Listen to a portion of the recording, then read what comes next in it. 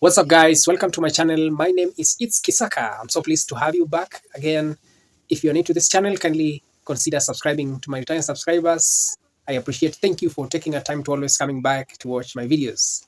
Guys, in today's video, I have been doing research and I've realized that most of the Jamaicans cannot freely access their beaches.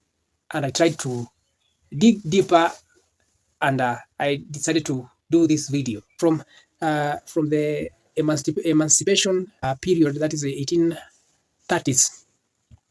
Slave trade was abolished, but still Africans didn't have their right exclusively.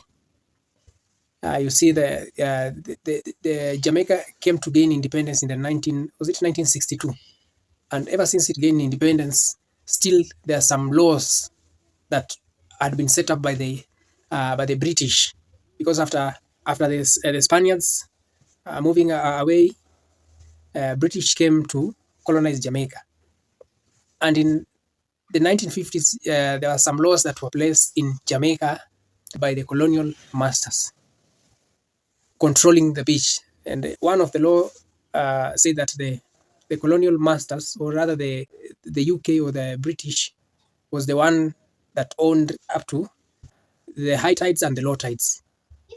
Fast forward, it's many years, and still that rule is being applied. This has led to a lot of issues because some people, or especially the multinational companies, they are buying chunks of land and setting up resorts, which is a good thing. But the bad thing is that they are denying Jamaicans, native Jamaicans, right to access the beach, free rights to access the beach. Like in a town known as Steer Town, that is the northern side of Jamaica. It is a town that has been having a lot of fishermen and good beaches for all these years. Then in the year 2020, there are some multinational companies that came and fenced. They put a concrete fence separating the locals from the beach. Now imagine the locals that some were accessing the beach. It was just easier, like 3 miles or less than 3 miles from where they were staying.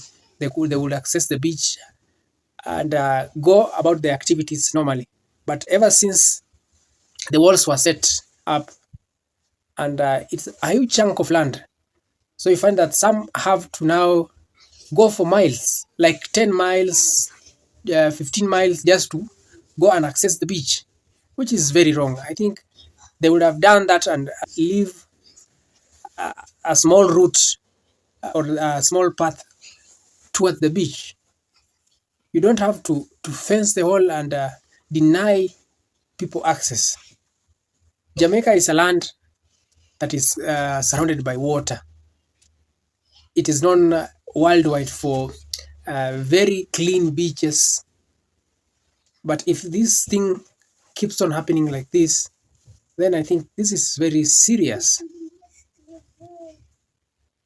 You can't block. In my research, I realized that the local Jamaicans are now taking long routes. Some are using even vehicles in order to access the beach.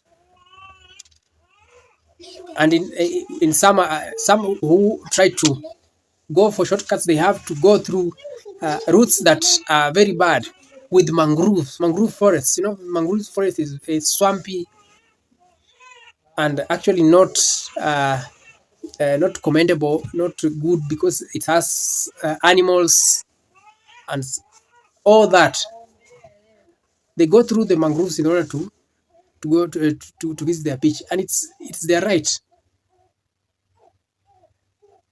Only recently I've seen there are some organizations that are coming up fighting for their rights, which is so nice. I think all Jamaicans, or most of the Jamaicans, should look into that and if possible support this organization, the organization known as JABEM, Jamaican Beach Birthright Environmental Movement.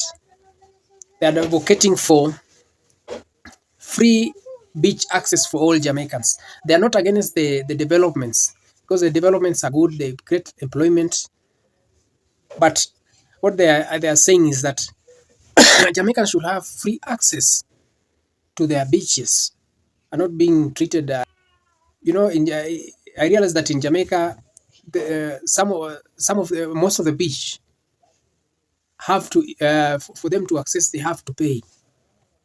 They have to pay a fee in order to access, which is not advisable. In my research, I realized that there are around 70 something beaches, and some are not in good condition, and some are payable in order to for one to access. The beaches should be free of charge.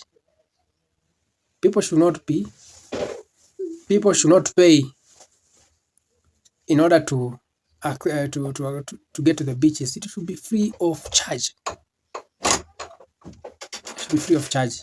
And the multinational organization, it's good that they are creating employment, but they should also look into consider that in as much as they are creating employment, are other jobs being rendered are other people being rendered jobless? In my research, I realized that there are some people who used to depend on some of those beaches that some of those resorts have set up their businesses. In as much as those resorts are setting up employment opportunities, they're also rendering other people jobless, because when they block the beaches, there are some people who are fishermen, for instance. They have to wake up very early and look for alternative routes to access the beach. There are some people who sell stuffs to the tourists. You'll find that when they set up those resorts, they tend to don't allow those vendors, those local Jamaican vendors, to just getting anyhowly and sell their commodities. That is not should not be the case. They should be allowed freely as long as they don't get into the resort.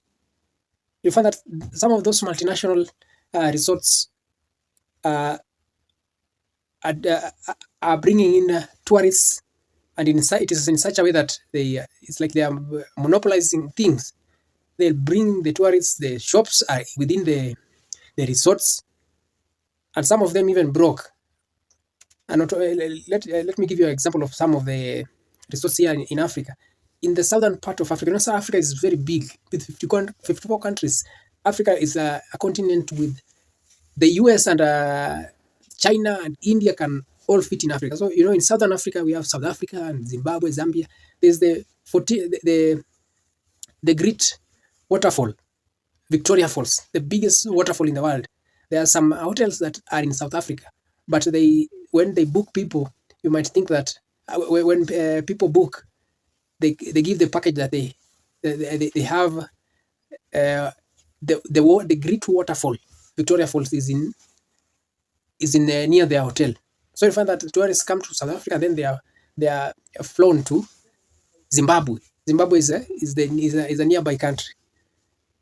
That's just an example, because these resorts in Jamaica, some of them are employing such kind of tactics where tourists come in, they spend almost everything without even supporting the locals. The only locals that are being supported are maybe the few number of employees that are within the hotels. But in the long run, if you look keenly, you might realize that most of the profits that end up coming out of the hotels do not get into the pockets of Jamaicans. They tend to go back to the multinational companies. That should not be the case. It should be a win-win situation. In as much as they gain, Jamaicans should also gain equally. It should be a win-win situation. So this idea of blocking Jamaicans to freely access their God-given beaches, it is not right. They should be allowed to access the beach freely without paying a dime. As long as with the hotel, they should fence the places near the beaches, and then allow vendors to to access the beaches and do their business. This has been the video for today, and my take is that it's very clear.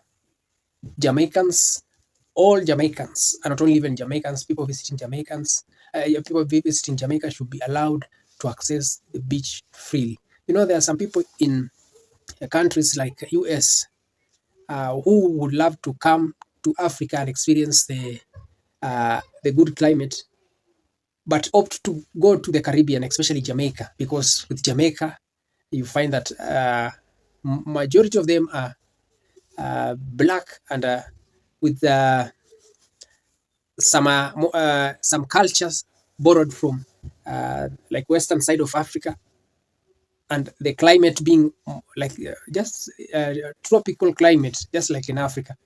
So some prefer to go there. It's very bad when just tourists are allowed to all the access to the beaches in some of these resorts, while the locals don't get to benefit a lot. This should be discouraged. All Jamaicans should freely access the beach without questions, without blah blah blah blah. This has been the video for today, guys. See you on my next video. Thank you for your support, especially people from Caribbean, Jamaica. You are very supportive to African content creators. See you on my next videos. Thank you.